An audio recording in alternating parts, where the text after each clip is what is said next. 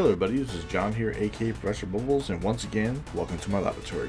Today's edition, we're going to be talking about Sandaconda Vmax, and this is not really a Pokemon, it's not really a favorite Pokemon, but I still feel that this has a huge potential, especially in today's standard format.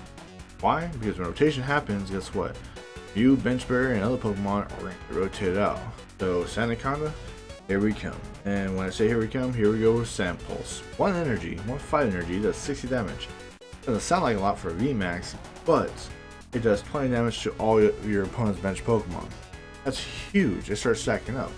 So we run the sight tool, which allows you to, or scope tool, which allows you to do 30 more damage to any GX and V Pokemon. Well, the new rotation will just be V Pokemon and Vmax. So now we're playing Eternius, and they have two Crobats.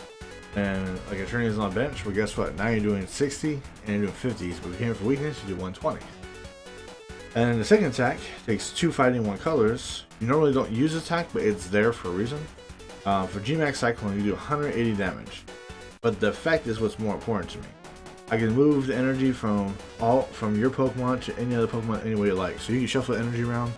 Feel like Sandaconda's gonna get knocked out. Okay, let's just stretch the energy out and diversify your attacks that be coming up. So that's the basis of this deck, is to do the one energy attack and hit many times every turn. So how do you heal? Well, simply put, we run Cheryl. Because you can discard one energy and put energy back on the next turn, you can heal all damage. So it's a very simple card. You run 4 of these, you heal fast. Unless you're hitting for weakness, not many decks can one-shot this monster. So what other Pokemon could complement this? Well, luckily we have Zapdos, and it's not electric anymore. The Galarian form is a fighting type. And what's so good about this fighting instinct is that it has an ability where, for how many V and Vmax Pokemon are basically in play, because Vmax Pokemon do count as V, Galarian Zapdos' V's attack reduces the colorless energy cost by 1 less. So if you're playing Eternius, more likely to run 2 Crobats, Eternius, 2 Eterniuses, somewhere in a combination of those. So they have 3 V or Vmax Pokemon combination on the field. You only have to pay 1 fighting energy cost to do the attack. What's so great about that? Well, it does 170 damage. And by my calculation, it knocks out any Eternius card or anything that has weakness. It will knock them out because it's 340. And nothing in this game has beyond 340 AP yet. I use word yet because I went for one of those way lower Vmax. If they ever make it, it'll probably make it like 400 HP. That's always some crazy high number.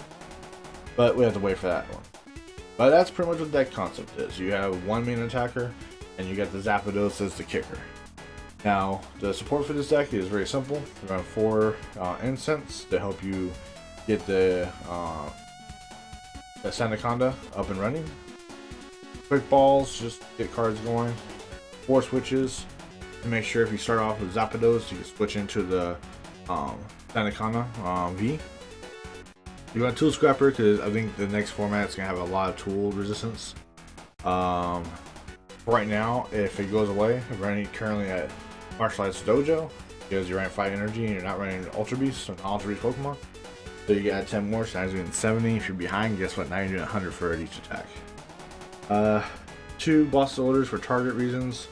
Koga's Trap is just to help more like a stall / chip damage. Marie for helping getting your opponent's hand confused, or not hand confused, but get rid of the key cards that they just drew that turn, shuffle it around. If you happen to play against any safeguard decks, well, that's the reason why we run at least 2 Fiobi. Now, not every deck's perfect, so if you come across a Decidueye deck or a Charrier deck, I mean, chances are you're gonna have a hard time trying to beat it. But most decks that are running kind of like this format is gonna be like that as well. Professor Research, 4, and like again, you have the Sight for 3 that helps you get your Anaconda to the Sandaconda to be able to do the spread damage a lot more, and 10 energy because virtually everything you're gonna play just needs 1 energy. Especially with Zapdos, you're not gonna play 2. Zapdos is more like a hidden in a card where you keep it until you know you can play it and knock something out quick. That's pretty much what this deck is. It's not really one of the, I want to say it's not one of the big tier decks. I played this many times. I had a really good matchup with ADP because I went first. ADP got the GX attack going off. I hit 60 by doing 20 chips, and then I healed. And they hit me with the dog that did 250. I healed again, and by doing all that, they have to eventually retreat because they don't get all their switches. And I'm doing enough chip damage on the field where I'm basically win by default sense. But overall, I mean, this deck is very interesting. It has a really good matchup against Eternus because of the weakness. Has a really good matchups against single prize Pokemon because of the spread damage acceleration. But overall, I find it really good and very interesting deck. Don't forget to leave like and subscribe, and don't forget to leave some comments. I'd like to see what you guys have to think about this. And then again, I hope you guys have fun. And until then, I'll see you guys next time.